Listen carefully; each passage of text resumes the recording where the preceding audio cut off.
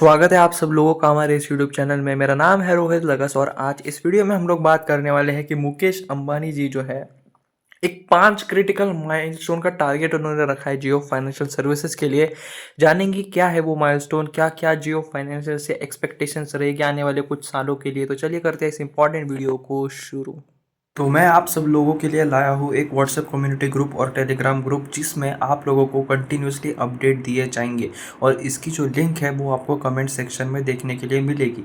अगर मैं बात करूँ इसमें हम किस बारे में बात करेंगे तो डिविडेंड स्टॉक, जो डिविडेंड रिलेटेड जो न्यूज़ आती है, अपडेट्स आते हैं, उसके बारे में मैं आपको वहाँ पे इन्फॉर्मेशन दूंगा। बोनस स्प्लिट, किसी शेयर में स्प्लिट होगा, बोनस होगा, उससे रिलेटेड अगर कुछ अपडेट्स आते हैं, कौन सा शेयर है, उसकी फंडामेंटल एनालिसिस वगैरह सब कुछ वहाँ पे आपको प्रोवाइड करूँगा। और देखा जाए तो जो Q4 की जो पीडीएफ्स आती है, जो कंपनीज एनएससी बीएससी पे जो अपलोड करती है, एक्सचेंज को जो देती है, उसकी भी कंप्लीट पीडीएफ आप देख सकते हो। 20 to 25 पेजेस की जो पीडीएफ है वो भी आपको इस ग्रुप में मिलेगी और ऐसे कुछ अपडेट्स आपको देखने के लिए मिलेंगे। लाइक जो भी न्यूज़ आई जो मैं कवर नहीं कर पाया एक दिन में एक वीडियो में, क्योंकि एक दिन में इतने सारे वीडियोस बनाना पॉसिबल नहीं हो पाते, तो जो बच जाती है न्यूज़ेस वो मैं इस तरह आपको टेलीग्राम ग्रुप और व्हाट्सएप कम्युनिटी पे शेयर कर देता हूँ। तो प्लीज़ ज्वाइन ज़रूर करना, लिंक जो है वो कमेंट सेक्शन में मिल जाएगी। इसके शेयर प्राइस की अगर मैं बात करूं तो 2.98% की गिरावट हमें पिछले ट्रेडिंग सेशन में देखने के लिए मिली थी। 344.80 पे क्लोजिंग यहाँ पे दी है शेयर ने और थोड़ा सा पैनिक यहाँ पे कर रहा है ये शेयर। अगर आपने मेरा कल का वीडियो नहीं देखा तो ज़रूर देखना, मैंने टेक्निकल चार्ट्स पे कुछ इंपॉर्टेंट लेवल्स के बारे में बात की है, आपके लिए काफ़ी हेल्पफुल वो हो सकते हैं। Mukesh Ambani has 5 critical milestone for Jio financial services. तो क्या है वो 5 क्रिटिकल माइलस्टोन्स, उसके बारे में इस वीडियो में हम लोग बात करने वाले हैं। Over the past 3 years quarters as a listed company JFS यानी कि Jio financial services has been working on multiple fronts. तो बेसिकली देखिए, जियो फाइनेंशियल सर्विसेज जब भी सामने आता है या फिर जो नाम मन में आता है तो एक्सपांड ही हमें दिखाई देता है कि कंटिन्यूसली कुछ ना कुछ नया ये कर रहे हैं अपने बिजनेस को एक्सपांड करने के लिए। ठीक है, मल्टीपल फ्रंट्स पे काम कर रहे हैं। Establishing a robust governance and policy framework यहाँ पे देखने के लिए मिल रहा है। Implementing a modern cost effective technology आ रही है, डाटा आर्किटेक्चर, तो बहुत सारी चीज़ों पे जियो फाइनेंशियल सर्विसेज जो है एक साथ काम करने का यहाँ पे पूरा कोशिश कर रहा है और काफ़ी बेहतरीन भी कर रहा है। और सबसे बड़ी न्यूज़ जो अभी देखने के लिए मिल रही है कि अब ये NBFC से एक CIC कंपनी बनने वाली है, यानी कोर इन्वेस्टमेंट कंपनी। तो Reliance Industries caused quite a stir when it converted out Jio Financial Services. The non-banking financial company is now looking at its first big milestone. तो सबसे पहला और सबसे बड़ा माइलस्टोन के ऊपर जो टारगेट कर रहा है जियो फाइनेंशियल सर्विसेज वो ये है कि the launch of the Jio finance app. Basically जो जियो फाइनेंस ऐप है वो लॉन्च करने वाले हैं बेटा वर्जन में, iOS और प्ले स्टोर में। और ये जियो फाइनेंस ऐप जो है आपकी बहुत सारी मदद करेगा।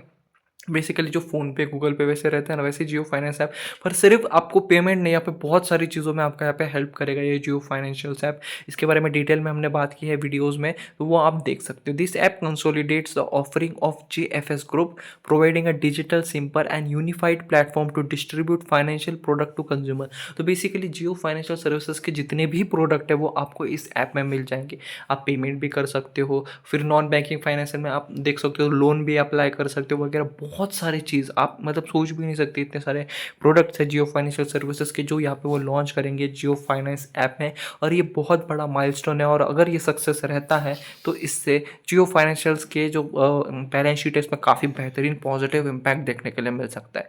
With both this app in place, we believe we have now created a vital digital channel to reach our target customers। तो बेसिकली हमने जो important very important digital channels जो है वो बना लिए है अपने जो कस्टमर्स को जो टारगेटेड कस्टमर है उनके। ऐसा हितेश सेठिया ने कहा, जो मैनेजिंग डायरेक्टर और चीफ एग्जीक्यूटिव ऑफिसर है जियो फाइनेंशियल सर्विसेज के।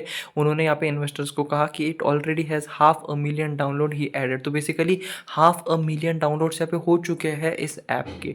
जियो फाइनेंशियल सर्विसेज जो है dubbed the fourth engine after oil telecom and retail aim to leverage its established consumer facing retail और जो इनके telecom operation to build a financial services super market. तो basically जो financial super market ये बनाना चाहते हैं, फाइनेंशियल सर्विसेज का, NBFC non banking finance company जो है बेसिकली, सीआईसी जो कोर इन्वेस्टमेंट कंपनी है like debentures, bonds, shares, investments में ज़्यादातर ध्यान रहता है, तो इसी रिलेटेड वो प्रोडक्ट्स बना रहे हैं अपने।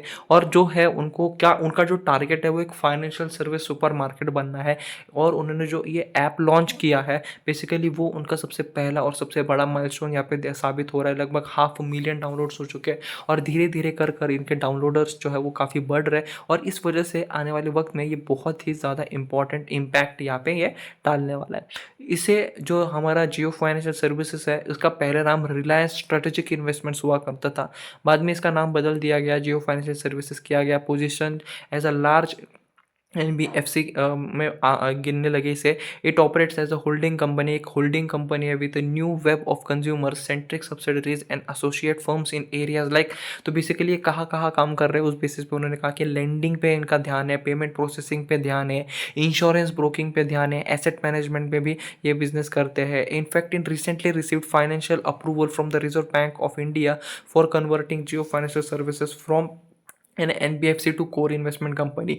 जो जैसे कि मैंने शुरुआत में कहा कि एनबीएफसी तो ये पहले था, पर अब आरबीआई ने अप्रूवल दे दिया कि अब ये कोर इन्वेस्टमेंट कंपनी बढ़ सकता है, तो इनका पोर्टफोलियो और बड़ा हो जाएगा और ये और जो डीपली बिजनेस कर सकता है। क्योंकि जब ये एनबीएफसी में थे तब 40% के आसपास की इन्वेस्टमेंट ये टोटल कर सकते थे, पर जब ये कोर इन्वेस्टमेंट कंपनी बन जाएंगे तो ये 40% से सीधा 90% तक की इन्वेस्टमेंट्स यहाँ पे कर पाएंगे, और ये अपने आप में बहुत बड़ी बात है। यानी आपको प्रॉफिट जो है वो इंटू 2x यहाँ पे देखने के लिए मिल सकते हैं। तो बेसिकली ये कुछ जो चीज़ें हैं वो जियो फाइनेंशियल सर्विसेज को काफ़ी मजबूत दावेदार बनाती है फ्यूचर में काफ़ी बेहतरीन यहाँ पे चांस होने का कि ये सबसे बड़ी कंपनी यहाँ पे बनी। तो कंपनी जो है या फिर से यहाँ पे देखा जाता है also working towards accelerating its secure lending proposition. So basically इनके लैंडिंग बिजनेस के बारे में यहाँ पे बात कर रहे हैं। इन्होंने काफ़ी अलग अलग यहाँ पे लॉन्च किए हैं लोन्स एजेंट्स म्यूचुअल फंड्स के द्वारा फॉर इट्स कस्टमर्स।